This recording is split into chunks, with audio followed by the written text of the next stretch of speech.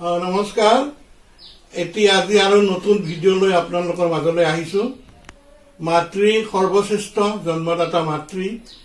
তেওঁলোক কেনেকৈ থাকে বৃদ্ধকালত কি এটা অৱস্থা হয় ঠিক তেনে ধৰণৰ এটি বিষয়ক লৈ আজি আপোনালোকৰ মাজলৈ আহিছো এয়া মোৰ মাতৃ মোৰ বুলি কওঁতে আমাৰ মাতৃ আমি পাঁচজন ভাই ককাই মোৰ মা হয় এওঁৰ নাম ৰঞ্জন নাথ মোৰ দেউতাৰ নাম আছিল প্ৰয়াত স্বৰ্গগামী হৈছে গণেশ চন্দ্ৰ নাথ তেওঁৰ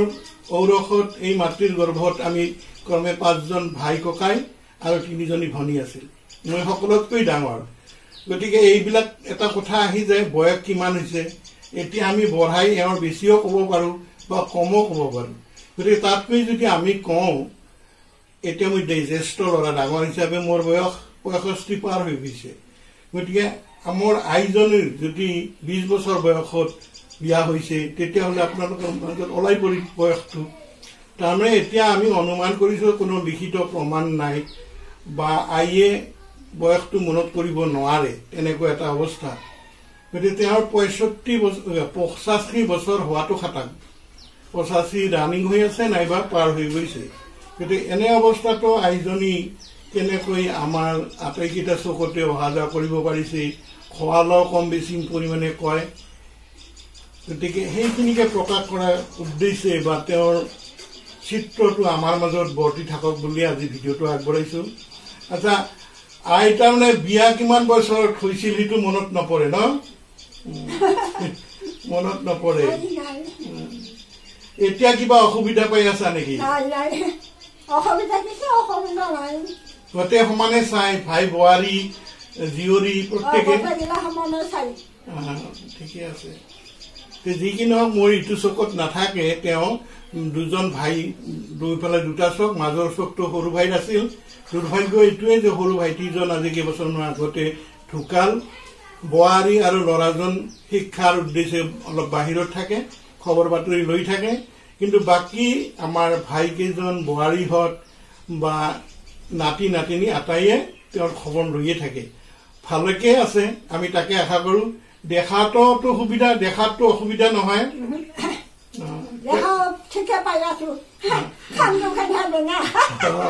তেওঁৰ কাণ অলপ ভাৰী হৈছে তাৰমানে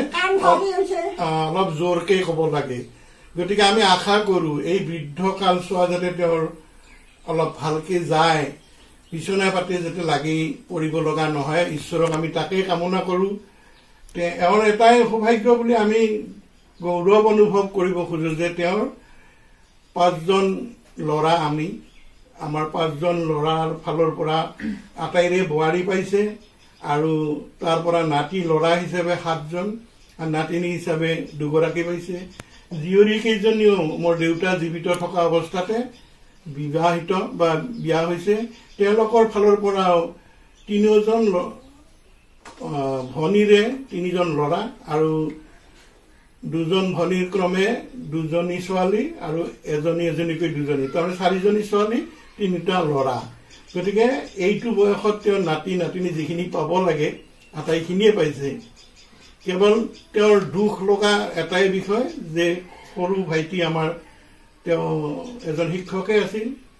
দুৰাৰোগ্যত পৰি মৃত্যুবৰণ কৰে সেইটোৰ বাহিৰে তেওঁ এতিয়া আমি দুখ পাব লগা একো নাই আমি দুখ দিয়া নাই তেওঁ বৃদ্ধ পেঞ্চনো পায় পেঞ্চন পোৱা আৰু চৰকাৰী চাউলো পোৱা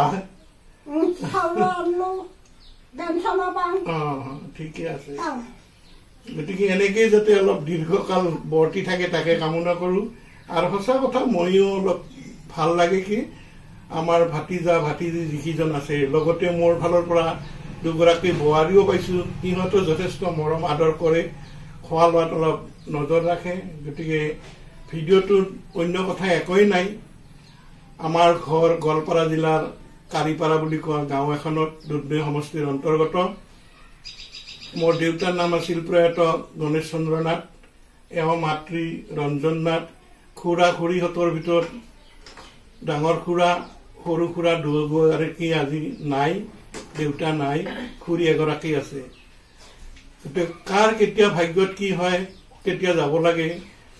আনহাতে কিছুমান মাতৃ বা বয়সস্থৰ সময়ত যথেষ্ট কষ্ট পায়, কিছুমানে বেছি সুখ পায়। গতিকে সেইটো যিয়েই নহওক, আমি আমাৰ মাজত যাতে এই মাতৃগৰাকীক এইদৰে আৰু দীৰ্ঘদিন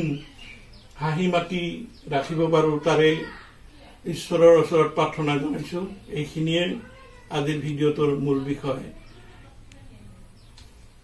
এটা নমস্কাৰ দিয়ে এটা হ'ব নেকি?